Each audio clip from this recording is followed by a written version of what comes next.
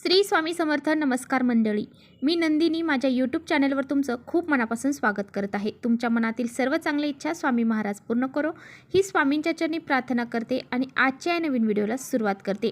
तर येत्या 21 जुलैला म्हणजेच रविवारी आलेली आहे आषाढ महिन्यातील गुरुपौर्णिमा. आषाढ महिन्यात येणाऱ्या पौर्णिमेला गुरुपौर्णिमा म्हणून ओळखलं जातं. गुरुपौर्णिमा हा दिवस आपल्या गुरुबद्दल कृतज्ञता व्यक्त करण्याचा दिवस मानला जातो. या दिवशी माता लक्ष्मी आणि भगवान श्री हरी विष्णूंची विधिवत पूजा केली जाते.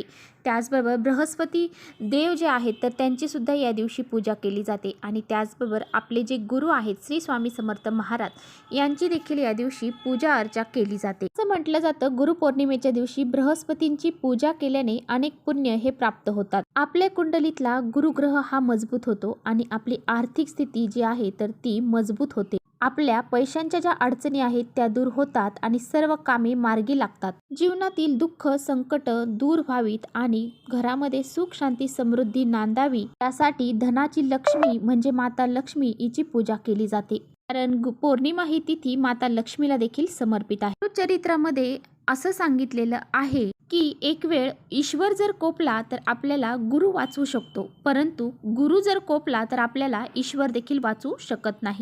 यामुळेच आपल्या गुरूंचा आशीर्वाद आपल्यावरती असणं खूप महत्त्वाचं आहे. तर पहा, आपले गुरु हे लहानपणापासून आपले आई वडील असतात ज्यांच्याकडून आपल्याला ज्ञानाची प्राप्ती झालेली आहे. आणि त्याचबरोबर आपले जे काही गुरु जे आहेत म्हणजे ज्यांनी आपल्याला ज्ञान दिलेले आहे ते सर्व आपले गुरु आहेत आणि आपले श्री स्वामी समर्थ महाराज हे देखील आपले गुरु आहेत. म्हणून या दिवशी आपल्याला स्वामींची सेवा तर करायचीच आहे.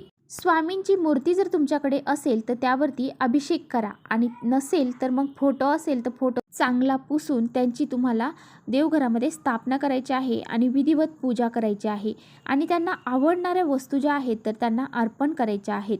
तर पहा, जे आपले स्वामी महाराज आहेत तर त्यांच्या प्रिय वस्तू कोणत्या आहेत ती म्हणजे स्वामींची सेवा. तर सेवा ही खूप महत्त्वाची आहे.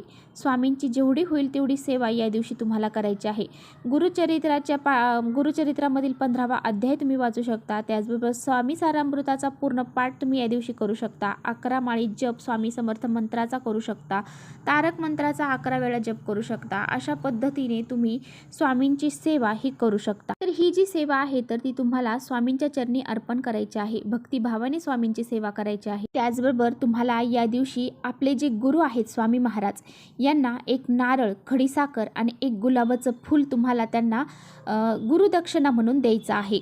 तर पहा, त्यामुळेच आपल्याला काही उपाय देखील करायचे आहेत. तर आजच्या व्हिडिओमध्ये मी तुम्हाला अतिशय प्रभावशाली उपाय सांगणार आहे.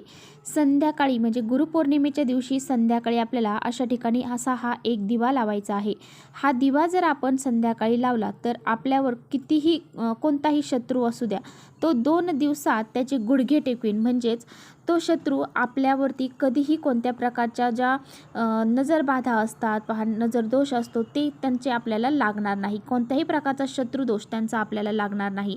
शत्रू आपल्यासमोर स्वतः गुडघे टेकवीन आणि तुमची माफी मागेल असा हा अत्यंत प्रभावशाली उपाय आहे. त्याचबरोबर हा उपाय केल्याने तुमची कठीणातील कठीण इच्छा देखील पूर्ण होईल.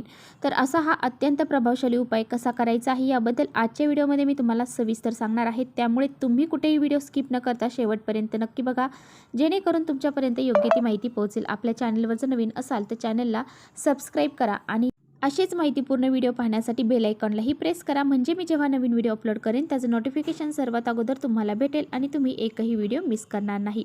त्याचबरोबर कमेंट्समध्ये श्री स्वामी समर्थ लिहायला अजिबात विसरू नका आणि व्हिडिओ जर तुम्हाला आवडला तर आपल्या मित्रपरिवारांसोबत शेअर देखील करा.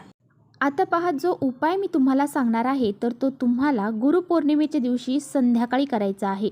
संध्याकाळी जी आपल्या घरामध्ये लक्ष्मी येण्याची वेळ आहे, दिवे लागण्याची वेळ आहे, ह्या वेळेमध्ये तुम्हाला हा उपाय करायचा आहे. 6 नंतर हा उपाय तुम्ही 7:30 वाजेपर्यंत हा उपाय तुम्ही करायचा आहे. जास्तीत जास्त तुम्ही 8:30 पर्यंत हा उपाय करू शकता. हा उपाय जर तुम्ही केला तर तुमच्या जीवनातील जे काही शत्रू आहेत तर त्यांचा नाश होईल आणि साक्षात दत्त महाराज तुमच्यावरती प्रसन्न होतील. तुमच्या मनातील सर्व इच्छा मनोकामना पूर्ण होतील आणि तुमच्या घरातील दारिद्र्य गरिबी ही दूर होऊन जाईल. तर पहा, हा उपाय करण्यासाठी आपल्याला एक मातीची पंती लागणार आहे. मातीची पंती घेताना कुठेही तुटले फुटलेले असेल तर अशी घेऊ नका, चांगली आपल्याला घ्यायची आहे. आणि या दिव्यामध्ये तुम्हाला 2 वातींची वात करून म्हणजे दुहेरी कापसाची वात घालायची आहे।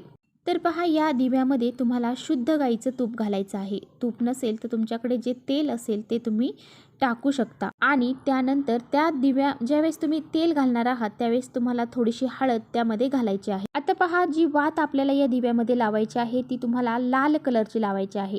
लाल धागा जर तुमच्याकडे असेल तर त्या लाल धाग्याची तुम्हाला वात लावायची आहे, नसेल तर कापसालाच तुम्हाला कुंकू लावून ती वात लाल करायची आहे। आणि हा दिवा तुम्हाला प्रज्वलित करायचा आहे। त्यानंतर एक प्लेट घ्यायची आहे, प्लेटमध्ये थोडीशी हळद टाकायची आहे आणि त्या हळदीवरती हा दिवा तुम्हाला ठेवायचा आहे। त्यानंतर तुम्हाला हा दिवा घेऊन जायचा आहे तुमच्या घराजवळ असणारा औदुंबराचे वृक्ष म्हणजेच उंबराच्या झाडाखाली गेल्यानंतर सर्वात प्रथम तुम्हाला तिथे हळदीचं आसन देऊन हा दिवा तिथे ठेवायचा आहे आणि प्रज्वलित करायचा आहे। त्यानंतर तुम्हाला त्या झाडाला हळद कुंकू अक्षदा अर्पण करायचे आहे। तिथे धूपदीप तुम्हाला लावायचा आहे। त्यानंतर तुम्हाला त्या वृक्षाला 11 प्रदक्षिणा घालायच्या आहेत। या प्रदक्षिणा घालत असताना तुम्हाला श्री गुरुदेव दत्त श्री गुरुदेव दत्त या मंत्राचा जप करायचा आहे। आणि दोन्ही हात जोडून तुमच्या जीवनामध्ये जर शत्रू असतील तर त्या शत्रूंचा नाश व्हावा, त्या शत्रूंचा जी काही शत्रुपीडा आहे तर ती नष्ट होऊन जावी असं तुम्हाला म्हणायचं आहे। तर पहा, काही वेळेस शत्रू हे खूप गुपित असतात, काही वेळेस त्यांचे नावं देखील आपल्याला माहीत नसतात आणि काही वेळेस त्यांचे नाव आपल्याला माहीत असतात। जे शत्रू तुम्हाला माहीत आहेत त्या शत्रूंचं तुम्हाला नाव घ्यायचं आहे आणि त्या शत्रूंचं नाव घेऊन तुम्हाला तुमची इच्छा जी आहे तर ती व्यक्त करायची आहे। जर शत्रू तुम्हाला माहीत नसतील तर तुम्हाला शत्रूंचा नाश होऊ दे असं फक्त म्हणायचं आहे आणि तुमची इच्छा व्यक्त करायची आहे। यानंतर तुम्हाला तुमच्या घराच्या मुख्य दरवाजाच्या बाहेर सुद्धा एक दिवा लावायचा आहे। आपल्या घराचा मुख्य दरवाजा हे आपलं सर्वस्व असतं, त्यामुळे तिथे आपल्याला एक दिवा हा लक्ष्मीच्या स्वागतासाठी लावायचा आहे। तर पहा, आपल्या घरामध्ये शत्रू, मित्र, त्याचबरोबर लक्ष्मी, अलक्ष्मी, दारिद्र्य, त्याचबरोबर नकारात्मकता ही सर्व तिथूनच येत असते। त्यामुळे आपल्याला आपल्या घराच्या मुख्य दरवाजावरती हा असा एक दिवा लावायचा आहे। असा दिवा आपल्याला लावायचा आहे। यासाठी आपल्याला चौमुखी दिवा लागणार आहे। मातीची पंती घ्यायची आहे, त्यामध्ये 2 वातींची एक वात करून अशा 4 वाती आपल्याला लावायच्या आहे। यानंतर त्या दिव्यामध्ये तुम्हाला तेल घालायचं आहे। तेल तुम्ही मोहरीचं किंवा मग तिळाचं तेल तुम्ही घालू शकता, नसेल तर जे तेल असेल ते घाला आणि त्यामध्ये थोडेसे तीळ टाका आणि तो दिवा तुम्हाला तिथे प्रज्वलित करायचा आहे। प्रज्वलित करण्या अगोदर त्याखाली तुम्हाला एक प्लेट ठेवायची आहे। प्लेटमध्ये थोडेसे तांदूळ तुम्हाला ठेवायचे आहेत आणि नंतर हा दिवा तिथे तुम्हाला ठेवायचा आहे। हा दिवा तुम्हाला कुठे लावायचा आहे, कोणत्या साईडला लावायचा आहे, तर मुख्य दरवाजावरती हा दिवा लावायचा आहे।